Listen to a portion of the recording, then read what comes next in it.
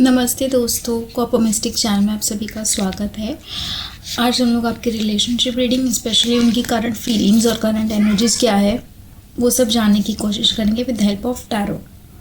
सो मैं card shuffle कर रही हूँ। फ्रेंड्स, आप अपने पर्सन के बारे में ध्यान कीजिए, उनका नाम लीजिए, उन पे फोकस बनाए रखिएगा अपने पर्सन पे।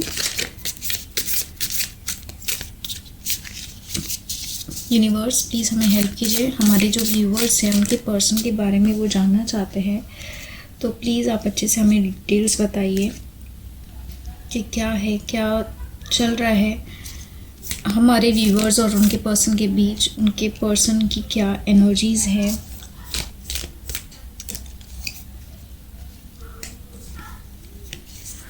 कि दोस्तों, तो कार्ड्स आ चुके हमारे पास।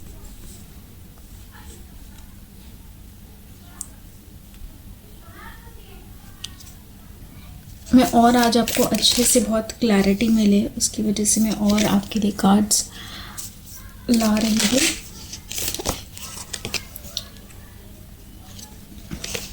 ठीक है दोस्तों, प्लीज़ अपने पर्सन पे फोकस कीजिए फ्रेंड्स, व्यूवर्स हमारे।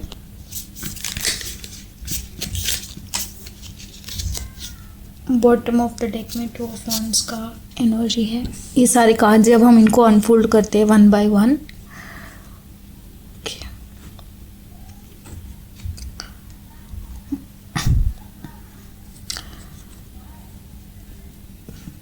तो व्यूवर्स, जितना कि मैं समझ पा रही हूँ, जितना मुझे एनर्जीज यहाँ पे मिल रही है, महसूस हो रही है, आपके जो पर्सन है ना वो एकदम, आप जब उनके साथ में थे अभी, आई थिंक आपका कुछ 3 मंथ्स का मुझे हो रहा है कि 3 मंथ्स नो कांटेक्ट था। 3 मंथ्स सिग्नेचर भी हमें गवाही दे रहे हैं इस बात की। ये बहुत ऐसा कम रेयरली होता है। ओके, सो 3 मंथ्स का आपका नो कांटेक्ट पीरियड चल रहा है। 3 मंथ्स के आसपास, लाइक इससे कम या उससे ज़्यादा, लाइक उस रेंज में आपका इशूज चल रहा है। नो कांटेक्ट मतलब लाइक बिल्कुल भी ब्लॉक अनब्लॉक वाला भी सीन नहीं है, एकदम से नो कांटेक्ट। एंड आपके पर्सन का ऐसा मुझे फील आ रहा है, एनर्जीज आ रही है कि वो जब आपके साथ थे तो एकदम ही आपका कोई वैल्यू नहीं था उनको, बिल्कुल भी। कहते हैं ना कि आपको एकदम ग्रांटेड ले लेता है, ऐसा कि जैसे कि आप सिर्फ बैकग्राउंड में हो, आपके उनके फोरग्राउंड में नहीं थे, आप उनके विजन में नहीं थे। जो हमारा विजन बोर्ड होता है, जो हमारा फ्यूचर हम फोर्सिंग करते हैं, हम सोचते हैं ऐसा वैसा, क्या एक ड्रीम इमेजिनेशन हमारी होती है, उसमें आप कहीं भी नहीं थे। आप थे उनके लाइफ में लेकिन नहीं भी थे। आपको समझ रहा है, एक रहता ना कि है बस होने के लिए है, लेकिन कुछ सीरियस नहीं था उनके मन में आपके लिए। मैं ये सारी एनर्जीज कैप्चर कर पा रही हूँ। इस इंसान ने आपको कुछ भी नहीं दिया, जो आपके एक्सपेक्टेशंस थी उस पर बिल्कुल खरा नहीं उतरा और ऐसे ही मतलब चले गए। लेकिन अब इनकी एनर्जी के मुझे ऐसा लग रहा है कि इनको रिग्रेट हो रहा है। उन्होंने जो चीज़ें आपके साथ की, आपकी परवाह नहीं की, आपको कुछ भी खुशी नहीं दी, ऐसा फील कराया जैसे कि आपको इनकी ज़रूरत है और उनको आपकी ज़रूरत नहीं है। लेकिन अभी वो ऐसा चीज़ों में व्यस्त है, अपने काम में व्यस्त है, कोई थर्ड पार्टी का इन्वॉल्वमेंट नहीं है, टचवुड। और अगर थर्ड पार्टी का इन्वॉल्वमेंट होता भी है तो देखिए, थर्ड पार्टी का कैसे ना कि वो जब रहती है तो आपको उसे भगाना पड़ता है, वो ऐसे भागती नहीं, तो वो रेमेडीज़ वगैरह से ही भागी है थर्ड पार्टी। लेकिन इनके लाइफ में मैं कहूँगी कि इनका जो काम, इनका जो ईगो है वो थर्ड पार्टी है आप दोनों के रिलेशनशिप के बीच में। इनको आपका याद आ रही है, आपका एहसास हो रहा है, आपकी कमी महसूस हो रही है। लेकिन ये पर्सन के अंदर इतनी चुल है ना कि इसको आप कहते हैं ना कि घमंड है। घमंड में लोग अपना तकलीफ़ में रहेंगे, सोचेंगे, एंशियस रहेंगे, लेकिन बताएंगे नहीं आपको कि देखो मुझे आपकी कितनी ज़रूरत है। ये पर्सन का ऐसा सीन है ना कि पर्सन ऑलमोस्ट मूव ऑन हो चुके थे, लेकिन जब एक ऐसा पॉइंट आता है ना, 1 सेकेंड या एक कुछ पल के लिए हमको एकदम से रियलाइजेशन हिट होता है, जब हमको रियलाइज़ होता है कि मैं इतना आगे हूँ लेकिन मैंने बहुत सारी चीज़ें अपने पीछे छोड़ दी है। ये चीज़ उनको रियलाइज़ हुई है। ईगो की वजह से वापस नहीं आ पा रहे, इनको कन्फ्यूजन है, क्योंकि इन्होंने ना बहुत सारे छलावे में, बहुत सारे इसमें ये सोच के कि लव लाइफ इम्पॉर्टेंट नहीं होती, काम या फैमिली ज़्यादा इम्पॉर्टेंट है, वो लाइक हमारे पास इतने समय से है, we should give them importance को करके जो उनका एक्चुअल लाइफ में इम्पोर्टेंट पर्सन था उसको वो पीछे छोड़ गए। ये उनके साथ हुआ है। अभी उनको रियलाइजेशन हो रहा है लेकिन वो समझ नहीं पा रहे कि वो अभी जो पोजीशन में वैसे ही रहे, वापस आपके पास आए, कहीं आपको वापस हर्ट ना कर दे, वापस कहीं खुद हर्ट ना हो जाए, वापस ऐसा कुछ सिचुएशन ना क्रिएट हो जाए। ये सब उनके मन में चल रहा है। ये अभी उनकी करंट फीलिंग्स है एग्जैक्टली।